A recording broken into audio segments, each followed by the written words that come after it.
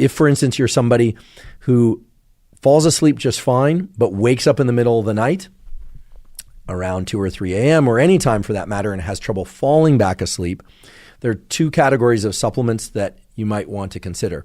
The first is myo-inositol, typically taken as 900 milligrams of myo-inositol. Myo-inositol can help shorten the amount of time that it takes to fall back asleep if you wake up in the middle of the night.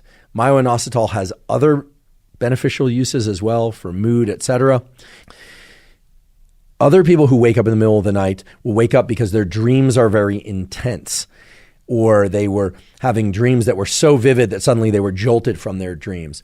Those people would do well to avoid certain supplements.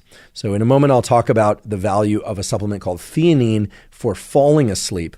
But theanine, which typically is taken in dosages anywhere from 100 milligrams to 400 milligrams, depending on body weight and experience and what you find to be most effective for you, minimally effective for you.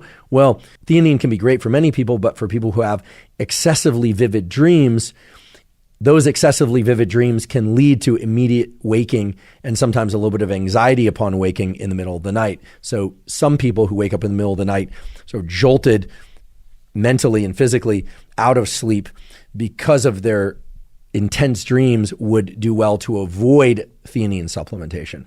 I've talked about this a bit before, but it's something that I think a lot of nighttime, middle of the night wakers might be familiar with and would want to take into consideration. Now, for those of you that are not waking up in the middle of the night or not having excessively vivid dreams, but are having trouble falling asleep, two supplements in particular have been shown to be effective for shortening the transition time to sleep and allowing people to ease into sleep more readily. And those are magnesium threonate, which is interchangeable with magnesium bisglycinate. Magnesium bisglycinate and magnesium threonate both have transporter systems that allow them to readily cross the blood-brain barrier, and they lead to a mild form of drowsiness. Mild in the sense that it's not going to prevent you from operating a motor vehicle or kind of any conditions under emergency that might arise in the middle of the night. Or if they did arise during the middle of the night, you'd still be able to function. So it's not like a sleeping pill. But people who take those often find that their transition time into sleep is much faster and their sleep is also much deeper. Incidentally, those supplements are also thought to be useful for cognitive support and neuroprotection, although there's less data on that. Okay, so that's for falling asleep. That's one category. Either magnesium threonate or bisglycinate would be interchangeable for assisting the transition time into sleep. And then the other supplement is apigenin, A-P-I-G-E-N-I-N. Apigenin, which is a derivative of chamomile. I've talked about this in various podcasts before. Also acts as a bit of a anxiety-lowering compound, which is essential prior to sleep for people to essentially turn off their thinking or to be able to reduce the amount of ruminating and problem-solving and future anticipation that they're doing, which is a requirement for falling asleep. So what's the rational approach to supplementing in a way that allows you to fall asleep more quickly and stay asleep? Well, would you immediately take magnesium threonate and apigenin together? Well, that depends. If you have the budget and you just simply want to fall asleep quicker and you don't care which of those two ingredients is going to be more effective for you, well, then you could try one, for instance, magnesium threonate, and try it for perhaps a week and see how that affects your latency to sleep time. That is how quickly you fall asleep.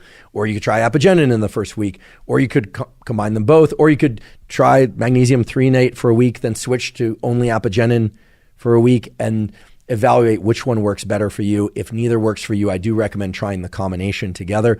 Again, this is just the way that any scientist would design an experiment to try and understand which variables, that is, which ingredients are most effective for the result that you want, as opposed to just lumping them together and taking them. That said, a lot of people want excellent sleep so badly that they just say, okay, I'm just going to take magnesium threonate, I'm going to take apigenin, I'm going to take theanine. If my dreams are too vivid and I'm waking up in the middle of the night from excessively vivid dreams, I'll drop the theanine. And many people actually derive great benefit from that approach. But because today we're talking about the most rational, cost-effective, and biologically effective approach to supplementation, if you're not sleeping as well as you would like to, or if you want to explore what sleeping even more deeply might do for your mental health, physical health, and performance, well, then it makes sense to think about the various supplements for falling asleep versus remaining asleep, what to include, what not to include, and to do that systematically. And again, I think 1 week's time of taking something, provided it doesn't induce any negative effects, right? If something induces a negative effect, I recommend ceasing taking it immediately. But if something does not produce any negative effects, then I think you want to try a single ingredient formulation for about a week while not varying anything else, not changing anything else in your overall protocols of nutrition or supplementation.